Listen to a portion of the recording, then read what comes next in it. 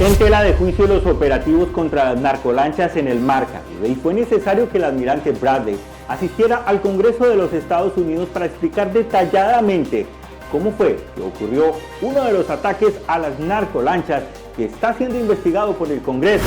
Pero el almirante Bradley no estuvo solo. A la audiencia del Congreso lo acompañó el general Dan Kane, que es el comandante del Estado Mayor Conjunto del Ejército Norteamericano. Estuvieron allí para brindarle su respaldo en cabeza del secretario de Guerra Pete Hegseth y del presidente Donald Trump. Pero ¿cómo se realiza paso a paso una operación de interdicción marítima? ¿Cómo se detectan los objetivos? ¿Qué tipo de seguimiento se hace? ¿Cuántas embarcaciones y cuántos equipos tecnológicos intervienen en esta persecución? ¿Qué tipo de advertencias se le hacen a los tripulantes de las embarcaciones antes de disparar? Y al final, ¿quién da la autorización de disparar? Todos estos pasos te los vamos a contar nosotros hoy aquí en Florida News. Y precisamente para hablar de este tema tenemos hoy un invitado muy especial. Se trata del almirante retirado Hernando Wills Vélez. Él es un importante oficial de la Armada Colombiana que desarrolló operaciones tanto en el Mar Pacífico como en el Mar Atlántico. Y es que él fue comandante de la Fuerza Naval del Caribe, así como comandante de la Fuerza Naval del Pacífico, donde desarrolló cientos de operaciones de interdicción marítima. Y hoy él nos va a contar de primera mano cómo se llevan a cabo y cómo se desarrollan estas operaciones en coordinación con la Armada Norteamericana. Almirante, bienvenido a Florida News. Buenos días, Alejandro. Muy bien, muchas gracias por la invitación y un saludo muy especial a todos quienes ven tu programa. Bueno, almirante, muchísimas gracias por estar con nosotros en Florida News. Nosotros hemos estado durante todos estos días haciendo un análisis de la situación que se presenta en el Mar Caribe. Es que todos ven esa pequeña fracción que nosotros observamos siempre, que son las lanchas que están en el Caribe y que es como precisamente los 4 o 5 segundos donde se hace la detonación. Pero más atrás, más allá de todo ello, hay un completo proceso para hacer una operación de interdicción marítima. Y el almirante Wills pues fue una de las personas que tiene más experiencia en esto, pues porque encabezó una entidad en Colombia que era la encargada de mantener estos operativos. Almirante, cuéntenos un poco sobre estos operativos de interdicción marítima en el Caribe. ¿Cómo son exactamente? Como tú lo dices, para llegar al punto ya de realizar el ataque final, como lo está haciendo los Estados Unidos en este momento, pues hay un proceso previo muy grande que inicia mucho tiempo atrás con labores de inteligencia, digamos, para saber exactamente qué se está moviendo, por dónde se están planeando las rutas, y una vez se hacen a la mar esas lanchas, en caso de que sea por vía marítima, pues se tiene toda una capacidad de interdicción, especialmente por parte de los Estados Unidos, con aeronaves.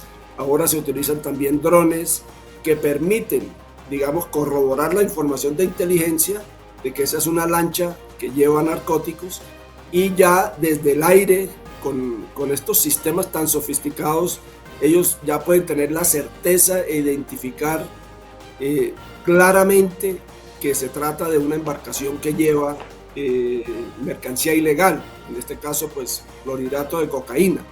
Entonces ese proceso toma mucho tiempo, donde ya se tiene la certeza de que es un blanco dedicado al narcotráfico, que las personas que están ahí son narcotraficantes, y como ustedes lo saben, pues los Estados Unidos ha decretado a estas organizaciones como organizaciones terroristas.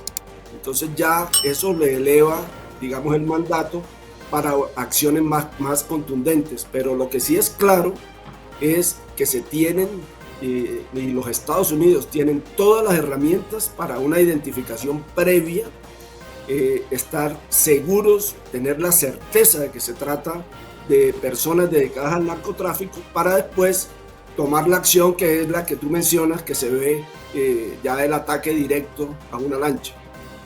Sí, almirante, durante mucho tiempo, también, yo creo que eso fue hace más de 15 años, estuvimos nosotros como corresponsal de guerra cubriendo estas labores de interdicción marítima.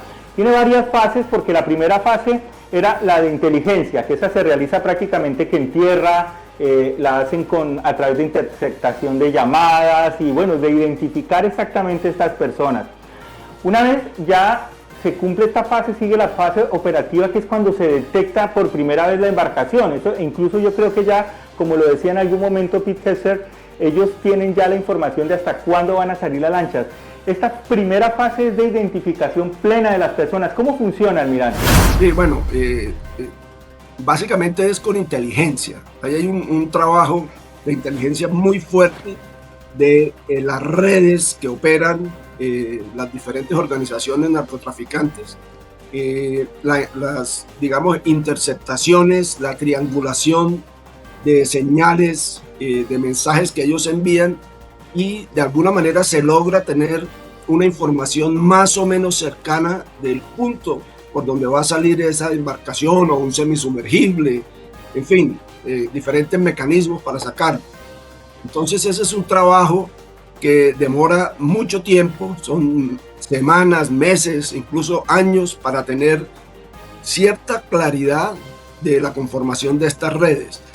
Entonces, al tener esa información, lo que sigue es posicionar, en el caso colombiano, lo que hacemos o lo que hacíamos en su momento es tratar de evitar que la embarcación salga, o sea, ubicar algunas tropas de infantería de marina en sitios cercanos para capturar antes de que salga. Una vez salga se convierte en una situación más compleja, pero con la información previa de inteligencia lo que hacemos es posicionar nuestras embarcaciones, nuestros buques y aquellos buques, digamos, de cooperación internacional. Por eso es tan importante ese mecanismo de intercambio de inteligencia, para que estén ubicados en los sitios digamos, puntuales por donde van a pasar o transitar esas embarcaciones. Entonces todo este proceso se va realizando, y una vez ya sale la embarcación, se logra una detección, ojalá por una aeronave o por un dron. Entonces ya las unidades de superficie están posicionadas para hacer la persecución y la captura de esas personas y de la droga. Entonces no es un proceso tan sencillo. Recordemos que controlar el mar es una de las tareas más difíciles en el ámbito de la guerra. Siempre se habla de que el control del mar es siempre imperfecto y nunca se logra un control total por la magnitud y el gran tamaño que eso tiene. Marinas tan grandes como la de los Estados Unidos incluso nunca llega a tener un control 100% del territorio marítimo. Almirante, entonces es una labor bastante fuerte y tiene varias aristas, ¿no? En este momento lo primero que vemos es que es como una especie, el helicóptero es el primer contacto. ¿Cuál es el primer contacto que se despacha? Yo me imagino que eso ha cambiado mucho, pero hace mucho tiempo el helicóptero era el primer despacho que se hacía, y el helicóptero era como el que hacía entenderle a los navegantes de la narcolancha de que estaban detectados y que estaban localizados, ¿cierto? Sí, bueno, digamos que el ideal en el concepto que se maneja en la Marina de Colombia es el trinomio, que es una patrullera, un buque considerablemente grande, que tiene un bote interceptor y un helicóptero. Entonces, ese es como el ideal. No todas las veces se cuenta con, digamos, con esa capacidad de tener los tres elementos. Pero pues, al tener ese conocimiento, lo que se hace es desplegar el helicóptero para hacer una búsqueda mucho más profunda, y una vez el helicóptero obtiene contacto, pero digamos previamente se han enviado aeronaves de vigilancia marítima, que son aviones que tienen capacidad de detección en el mar. Digamos que ese procedimiento es más eficiente porque el helicóptero tiene un rango de acción más limitado. Entonces, primero, con la aeronave o un avión de patrulla marítima, una vez se envía el contacto de esa lancha, el buque que tiene el helicóptero lo lanza y ya tiene un contacto directo. ¿Qué se hace en ese momento? Se le informa a los tripulantes de esa lancha a través de diferentes mecanismos que se detenga y de manera simultánea las lanchas interceptoras se van acercando al lugar para hacer la captura. Esto puede sonar fácil, pero en la práctica no es fácil. Normalmente estas personas no paran porque tienen, digamos, otros objetivos y cuando ya se logra una interdicción o algo, digamos, una captura, normalmente ellos dicen que no escucharon nada, pues por el sonido del helicóptero, el sonido de los motores. Entonces es un tema jurídico ya que complica la judicialización. Pero digamos que la secuencia es patrulla marítima. La Marina colombiana maneja un avión, el Caza 235, que es el avión de patrulla marítima. Y sistemas infrarrojos para trabajar también de noche. Entonces, esa es como la detección inicial para después ir reubicando los medios disponibles en el área y lograr la detención. Por eso yo resalto la importancia de tener la cooperación internacional, porque es imposible mantener una cobertura total tanto en el Caribe como en el Pacífico. Almirante, precisamente cuando yo cubría operativos de interdicción marítima en el Pacífico, me decían que más o menos a 200 millas afuera, ya en aguas internacionales, había un buque de la Armada Americana, del guardacostas, que estaba prestando esa asesoría de radares y de comunicación continua, ¿cierto? De manera, digamos, recurrente, los Estados Unidos, a través de la Cuarta Flota y de guardacostas, envían unidades al Pacífico, algunas veces 2, 3 buques, al Caribe otras veces 2, 3 buques también. La idea es tener una cobertura y sobre todo un intercambio de información fluida permanente.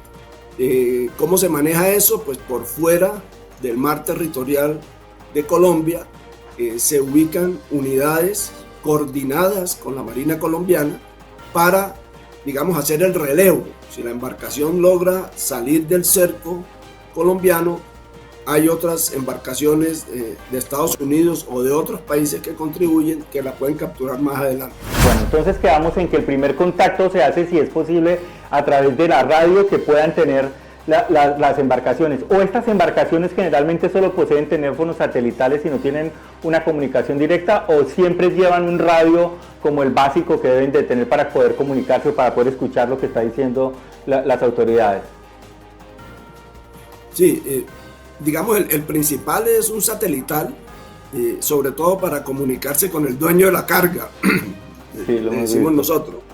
Siempre en cada embarcación hay un representante del narcotraficante principal, de los carteles, porque ellos tienen que ir, digamos, informando algunas cosas. Y sí llevan, digamos, de manera manual unos radios para poder, digamos, comunicar alguna emergencia o alguna cosa que normalmente los llevan apagados, pero sí tienen esa doble condición.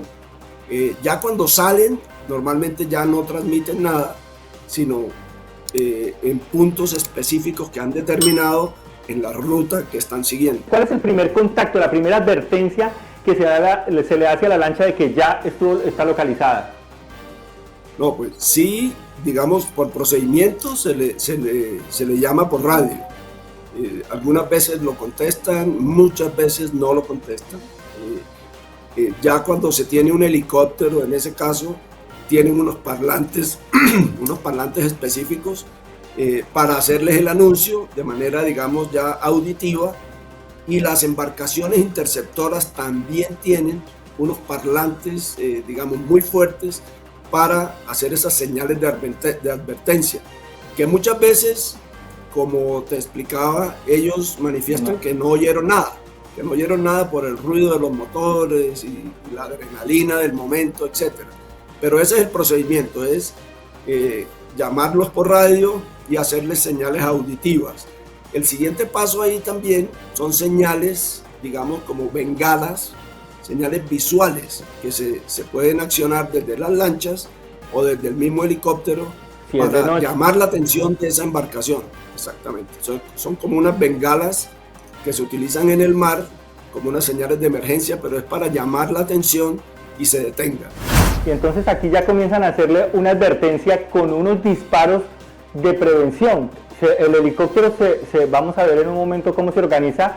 Mira, ahí está, y le hace unos disparos como antes de la lancha. Sí, bueno, aclarar que este es un video de guardacostas de los Estados Unidos. Sí, correcto. En Colombia se utiliza un procedimiento similar, realmente. Entonces, hay varias advertencias. Lo primero, la llamada. Segundo, la llamada, digamos, sonora. Ya después viene el tema de los disparos de advertencia. Los disparos de advertencia son hacia la proa de la embarcación, hacia la proa, hacia adelante, que ellos vean que se está disparando hacia adelante, y esa es una señal de que se detenga. Esa es como la primera acción ya con armas. Se llama disparos de advertencia. Sí, ahí los alcanzamos a ver y se ve desde varios ángulos como hasta ahí todavía no se ha logrado ninguno de ellos ni hacerles daño, sino es como una advertencia de decirles, bueno, o se detienen o aquí estamos nosotros con toda la fuerza del Estado. ¿Qué sigue después de esto?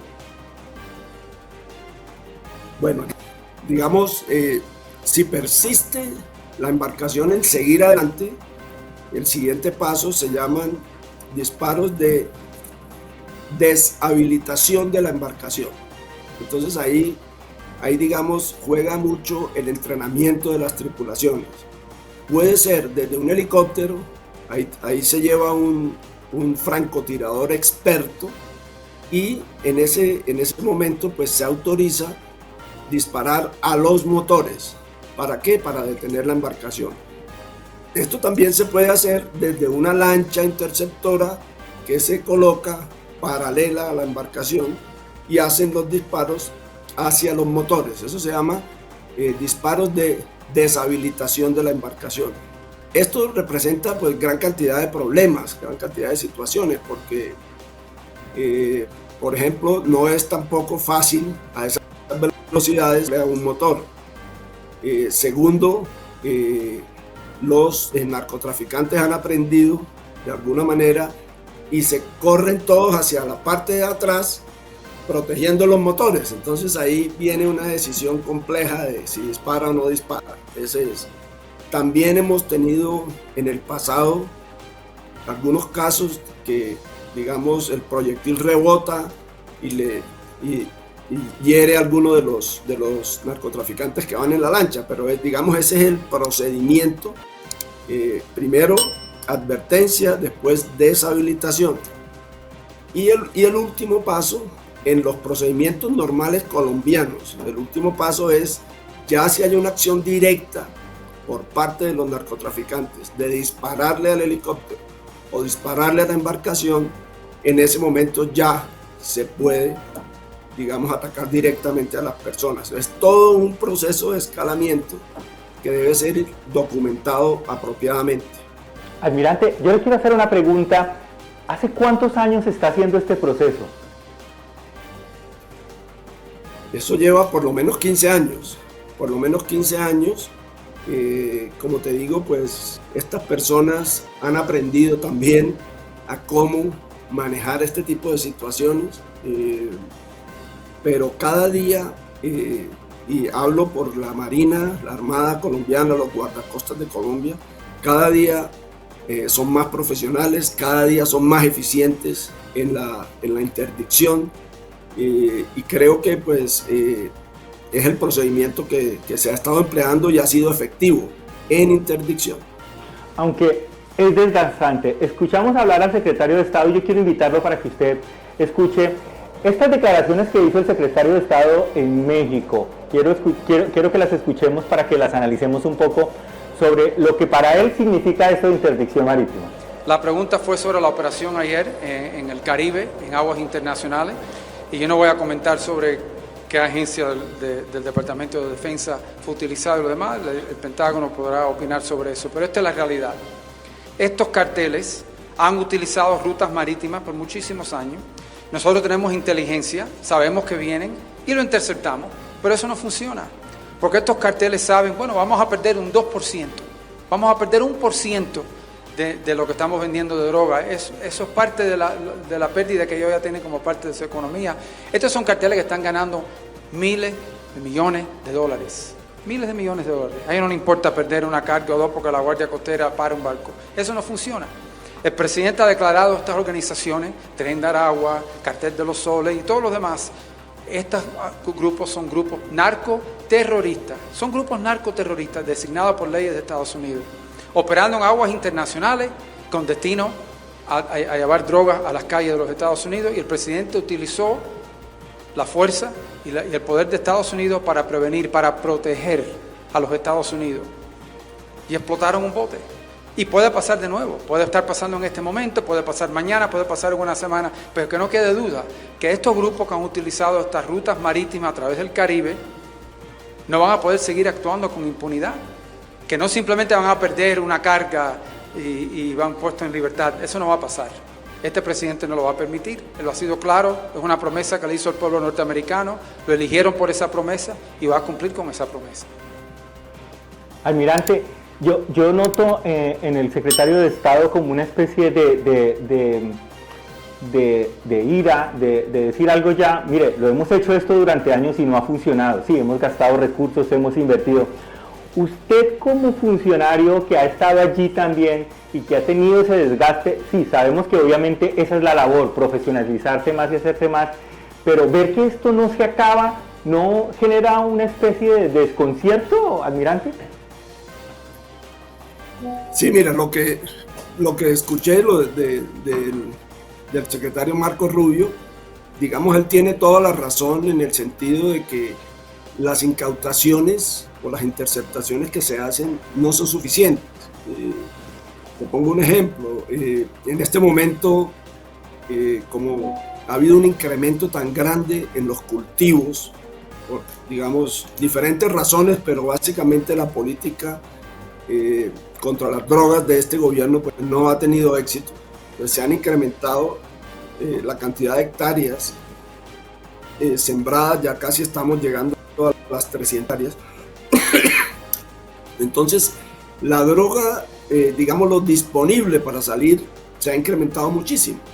Entonces, si bien se ha mejorado la interdicción, mira, el año pasado la Armada Colombiana incautó cerca de 780 toneladas de droga, que es un récord histórico, y este año va a superar, pero el problema es que hay más droga disponible. Entonces, más o menos se está incautando entre el 25 y el 30% de la droga disponible, o sea que hagamos las cuentas, ahí están entrando casi 2.000 toneladas o saliendo 2.000 toneladas. Luego él tiene toda la razón en que no hay, digamos, un efecto importante en ese sentido. Ahora, ¿cómo se logra? Bueno, cada país tiene diferentes normas. Los Estados Unidos, básicamente el gobierno del presidente Trump, ha decidido atacar frontalmente este problema. Entonces, cambia un poco su postura en el sentido de designar como organizaciones terroristas, lo cual le da a las autoridades de Estados Unidos la autorización para atacar de forma directa a estas personas que son consideradas terroristas. Entonces, si lo hablamos en un lenguaje más coloquial, almirante, perdone que lo interrumpa, o sea, definitivamente ya como que perdieron la paciencia el presidente sí. Trump y por la información que tenemos ha sido efectivo.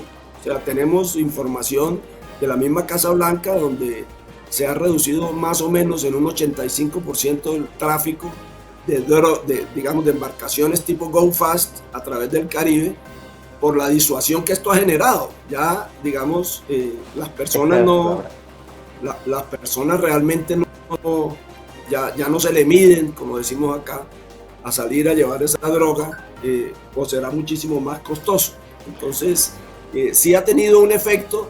El tema es, digamos, legal y de acuerdo a las normas de cada país internacionales. Yo quiero invitarlo a que escuchemos precisamente a Pete Hegseth y al presidente Donald Trump hablando corto sobre esto. Se asegurarán de que a los narcoterroristas y a las organizaciones terroristas designadas en nuestro propio hemisferio. Como he dicho, y lo diré de nuevo, apenas hemos comenzado a atacar barcos de narcotraficantes y a poner a los narcoterroristas en el fondo del océano porque han estado envenenando al pueblo estadounidense. Puedo decir esto, quiero que esos barcos sean eliminados. Y si tenemos que hacerlo, atacaremos por tierra también, tal como atacamos por mar. Y hay muy poco que entra por mar. Creo que hemos eliminado más del 90% de eso. Hay muy pocos, y entiendo que hay muy poco. Estamos salvando cientos de miles de vidas con esos ataques precisos. Es algo increíble cuando ves un barco avanzando y sabes, a muchos de la prensa les gustaría decir que no están. ¿Ves el barco? Tal vez no estén drogados. ¿Ves estos barcos? En primer lugar, ¿quién tiene 5 motores en la parte trasera de un barco yendo en direcciones extrañas y cargado con muchos contenedores blancos? Todos tienen bolsas de cosas. No, han hecho un trabajo increíble y Peter ha hecho un trabajo increíble. Pete probablemente pueda responder mejor a la pregunta. Así que el presidente tuvo el valor de designar a estos carteles como organizaciones terroristas designadas. Ahora, varios de nosotros aquí servimos en el ejército y pasamos 20 años luchando contra terroristas como Al-Qaeda e ISIS al otro lado del mundo.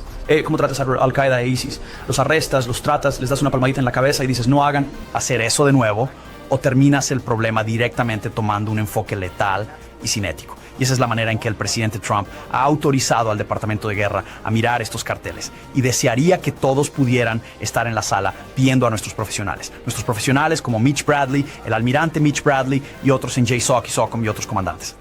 El proceso deliberativo, el detalle, el rigor, la inteligencia, lo legal, la manera basada en evidencia que podemos con fuentes y métodos que no podemos revelar aquí, que aseguran que cada uno de esos barcos de droga está vinculado a una organización terrorista designada. Sabemos quién está en ellos, qué están haciendo, qué están transportando. Todos estos fardos blancos no son regalos de Navidad de Santa. Estos son narcotraficantes en lanchas rápidas de 4 motores o submarinos que también hemos atacado. Nadie está pescando en un submarino. Y les he dado el poder para tomar esa decisión. Ahora, en los primeros ataques, como harías, como cualquier líder querría, quieres asumir esa responsabilidad. Así que dije, yo seré el que tome la decisión después de obtener toda la información y asegurarse de que es el ataque correcto. Eso fue el 2 de septiembre. Hay mucha inteligencia que entra en eso, construyendo ese caso y entendiendo eso, muchas personas proporcionando información. Vi ese primer ataque en vivo. Como puedes imaginar, en el Departamento de Guerra tenemos muchas cosas que hacer, así que no me quedé durante la hora y 2 horas, lo que sea, donde ocurre toda la explotación de sitios sensibles digitalmente. Así que pasé a mi siguiente reunión. Un par de horas después, me enteré de que ese comandante había tomado lo cual tenía la autoridad completa para hacer, y por cierto, el almirante Bradley tomó la decisión correcta de hundir finalmente el barco y eliminar la amenaza. Hundió el barco y eliminó la amenaza. Y fue la decisión correcta. Lo respaldamos. Y el pueblo estadounidense está más seguro porque los narcoterroristas saben que no puedes traer drogas por el agua y eventualmente por tierra si es necesario. Al pueblo estadounidense. Eliminaremos esa amenaza y estamos orgullosos de hacerlo. Entonces, para ser claro, ¿no viste ningún sobreviviente después de ese primer ataque? ¿Estabas en el equipo? No vi personalmente a los sobrevivientes, pero me mantengo, porque la cosa estaba en llamas. Estalló y el fuego es humo. No puedes ver nada. Tienes digital. Esto se llama la niebla de la guerra. Esto es lo que tú y la prensa no entienden. Se sientan en sus oficinas con aire acondicionado o en Capitol Hill y critican minuciosamente y plantan historias falsas en The Washington Post sobre frases como matar a todos, basadas en fuentes anónimas sin fundamento alguno, sin ninguna verdad. Y luego quieres lanzar términos realmente irresponsables sobre los héroes estadounidenses, sobre el juicio que hicieron. Escribí un libro entero sobre este tema debido a lo que los políticos y la prensa hacen a los combatientes. El presidente Trump ha empoderado a los comandantes para hacer lo que sea necesario, que son cosas oscuras y difíciles en la oscuridad de la noche, en nombre del pueblo estadounidense. Los apoyamos y detendremos el envenenamiento del pueblo estadounidense. Almirante, pues bastante fuerte las declaraciones del secretario de Guerra, ¿no? Sí. Pero mira, hay una cosa muy importante a resaltar ahí, y es que este tipo de decisiones se deben tomar en ese nivel, o sea, en el nivel político, político estratégico. O sea, la responsabilidad no se le puede dejar a la persona que está en el nivel táctico haciendo las operaciones. Pues ya con un mandato, como lo están haciendo los Estados Unidos, un mandato claro del presidente, del secretario de Guerra, para que actúen con unas normas específicas que ellos las tienen en su sistema jurídico. Entonces ya la persona, el operador táctico que está en ese momento en el área, como lo mencionaba él, ya tiene la autoridad para hacerlo porque ya tiene un respaldo. Entonces, el respaldo es importante. Claro, porque es la manera como se deben hacer las cosas. Eso pues es en cada país. Lo está haciendo Estados Unidos en este momento basado en unas normas que ellos tienen en aguas internacionales y con un objetivo específico que es parar la llegada de drogas a los Estados Unidos. Entonces ellos tienen su objetivo específico. Entonces, pero considero que lo más importante es eso, es el respaldo del conductor político para que la gente pueda tomar las decisiones operacionales en el área sin preocupaciones y sin consecuencias posteriores. Sí, almirante, precisamente usted poniéndose en los zapatos de este almirante que ayer le tocó acudir ante el Congreso y explicar generalmente estos ataques. Cuando estamos hablando de ataques cinéticos, al principio que hablábamos de ataques cinéticos pensábamos que eran las cargas cinéticas que se explotaban, pero lo que es un término, no son ataques cinéticos realmente, sino que son cinéticos al decir que son estrictamente ofensivos a la embarcación o a un punto exacto, ¿cierto? Sí, es el ataque, digamos, para destruir la embarcación. Esa es como la traducción de cinético en el inglés. Entonces simplemente destruir esa embarcación que está transitando. Pero fíjate que hay un paralelo que podemos hacer. Muchas de las rutas aéreas que salían de Colombia, era sacar droga en avionetas, en aeronaves pequeñas, eso de alguna manera prácticamente se eliminó a través de un programa que se tenía o que se tiene todavía con los Estados Unidos, que se llamaba el Air Bridge Denial, que simplemente era interceptar a todas esas aeronaves, hacerlas, digamos, aterrizar en sitios controlados, también en algunos casos fueron derribadas. ¿Eso qué logró? Que prácticamente ya no hay trazas aéreas sacando droga por Colombia, no hay, sino se ha movido de alguna manera hacia Venezuela. Entonces fíjense que era algo similar a lo que está sucediendo ahora, a lo que está aplicando los Estados Unidos, repito, pues en aguas internacionales. Es un tema que da para mucho análisis, obviamente es polémico, se presta para cuestionar, como lo dicen ellos, lo dice el presidente y el secretario de guerra, pero pues es una decisión que toma un Estado para proteger a su gente, y lo que debe hacer es darles el marco jurídico a las tropas que están en el área para que puedan actuar.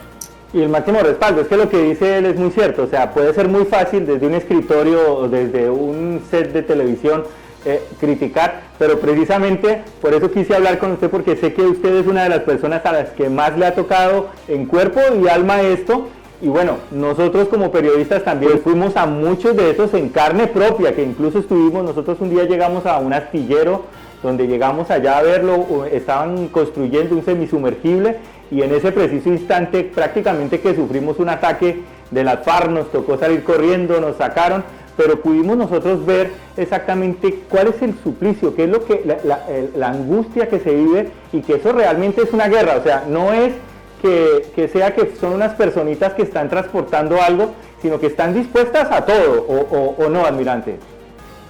Sí, es correcto, es una situación de confrontación real, o sea, las personas que se prestan para llevar estas embarcaciones o los semisumergibles, ellos van dispuestos a todo para defender el cargamento que llevan, para cumplir su objetivo, y ya después pues ellos tienen sus mecanismos de retorno, pero indudablemente y sobre todo de los lugares de donde salen esas lanchas y esos semisumergibles, pues son unas selvas inhóspitas. Es una situación completamente, digamos, difícil, y que como tú lo estás mencionando, la persona que está en un escritorio o que está en una ciudad cubriendo los hechos, pues no se alcanza a dimensionar realmente la magnitud de una situación como esta. Por eso es importante que cuando se dan todos estos procesos jurídicos, las personas, los jueces que atienden estos casos, sean jueces especializados que tengan el conocimiento. Y por eso, pronto tú te acuerdas que nosotros manejábamos una coordinación permanente con todos los jueces de garantías, los fiscales que atendían estos casos, manteniendo una comunicación permanente e invitándolos a que participaran también y entendieran cómo evolucionan estos casos. Porque en muchas de las las afirmaciones que hace el secretario de Estado, tiene razón. O sea, hablemos de un esfuerzo de 1 semana, 2 semanas de seguimiento, se persigue la embarcación, se captura a las personas, tiran la droga al agua en el momento de la captura. Entonces, miremos almirante, perdone que lo interrumpa para que vayamos viendo, podemos ir hablando. Los narcotraficantes los perseguían y optaban por comenzar a tirar la droga al agua.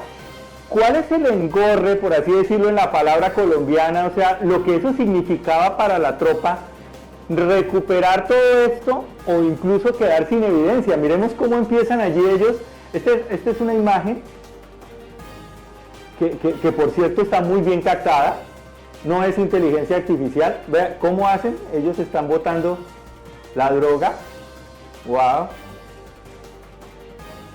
la botan y el objetivo de él es liberarse de la evidencia, almirante, o también yo creo que puede ser como poner en engorre, porque recoger todo eso es complicado, ¿no?